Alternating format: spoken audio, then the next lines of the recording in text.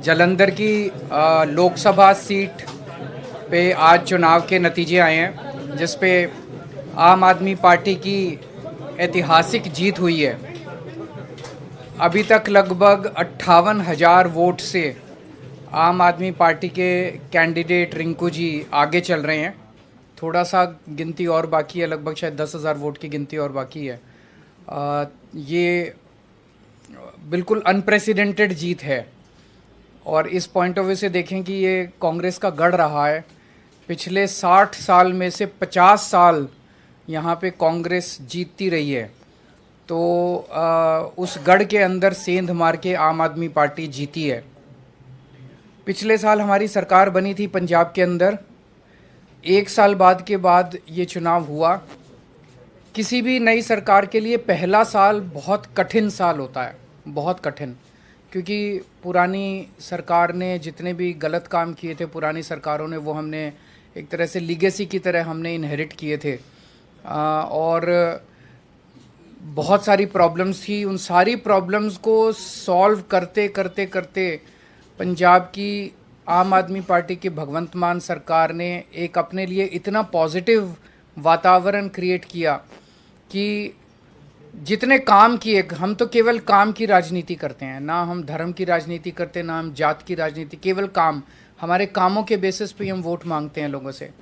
तो एक तरह से पंजाब की जनता ने, जालंधर की जनता ने, और जालंधर का जो ये नतीजा, ये पंजाब का मूड है, पूरे पंजाब का मूड इस तरह इसमें दिखाई देता है।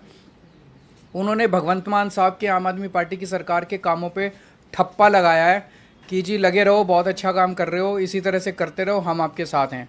ये बहुत बड़ा मैसेज है। तो जालंधर की जनता को मैं बहुत बहुत तहे दिल से शुक्रिया अदा करना चाहता हूँ।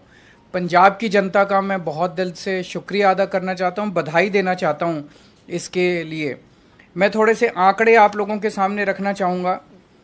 पिछली बार 92 सीट्स जीत के हमने सरकार बनाई थी, आज से लगभग 1.25 साल पहले।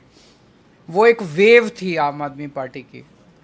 उस वेव में भी जालंधर की लोकसभा सीट में 9 विधानसभाएं आती हैं।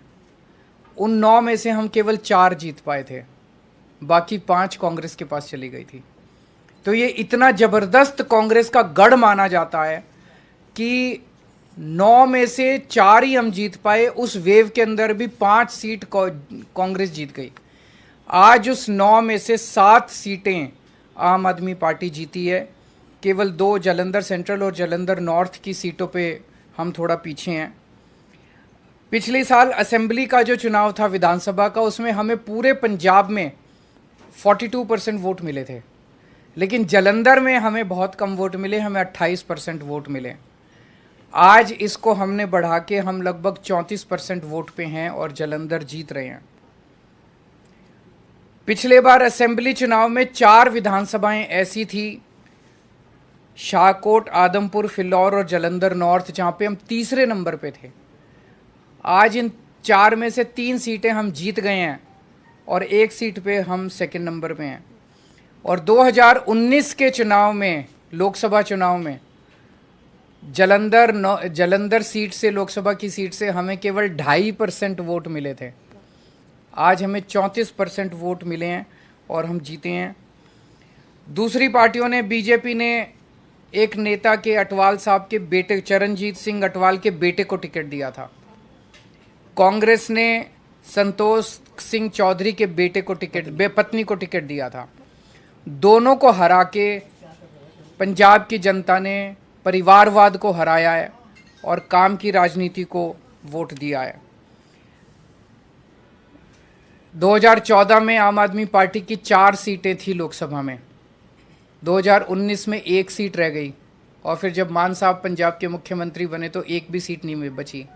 आज आम आदमी पार्टी की लोकसभा में एंट्री हो रही है, 1 सीट से एंट्री हो रही है और मैं समझता हूँ कि बहुत जल्दी आम आदमी पार्टी का लोकसभा के अंदर बहुमत भी होगा। भगवान ने अगर चाहा और देश की जनता ने अगर चाहा तो आम आदमी पार्टी अब नेशनल पार्टी बन चुकी है। तो एक लोकसभा ही ऐसी जगह थी जहां आम आदमी पार्टी की मौजूदगी नहीं थी, अब वहां भी आम आदमी पार्टी की मौजूदगी हो गई है। मैं फिर से पंजाब की जनता को, जालंधर की जनता को बहुत बहुत आभार व्यक्त करता हूं। एक ही फैक्टर था, वो था काम।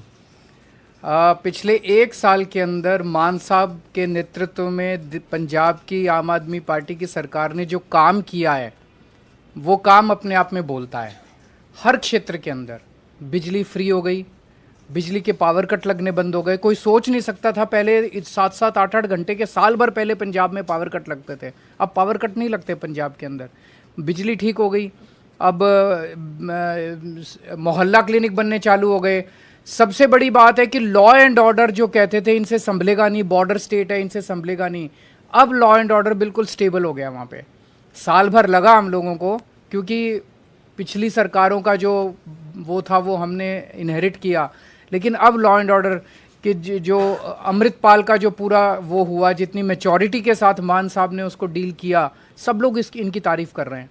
तो बहुत सारे काम एक साल के अंदर जितने काम हुए, नौकरियां कितनी दी, 29,000 सरकारी नौकरियां दे दी। और आपको शायद ये नहीं पता, जान के ताज्जुब होगा, पिछले एक साल से इन्होंने देश भर के अंदर घूम घूम के पंजाब के लिए 40,000 करोड़ का इन्वेस्टमेंट शुरू हो गया है। ये एमओयू साइन नहीं हुए, नॉर्मली तो एमओयू फर्जी साइन होते हैं। वहाँ पे भूमि पूजन चालू हो गया है, फैक्ट्रियों का लगने का, ज़मीनें खरीद ली गई हैं, नारियल फोड़ दिया गया है।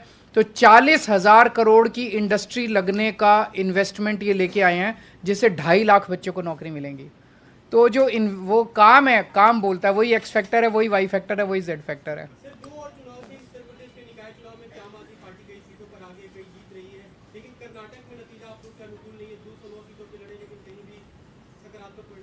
सर कहीं ना कहीं शुरुआत करनी पड़ती है, तो शुरुआत है, वहाँ भी एक समय आएगा जब जीतेंगे, हर जगह जीतेंगे।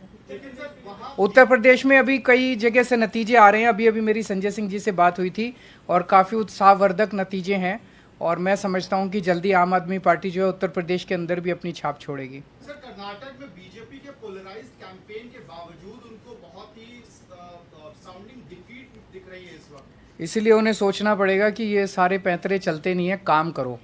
काम तो करते नहीं है वो, तो बिना काम किए उल्टे सीधे उस पर लड़ते हैं, और वो चलता नहीं है। जनता जो है, जनता काम मांगती है।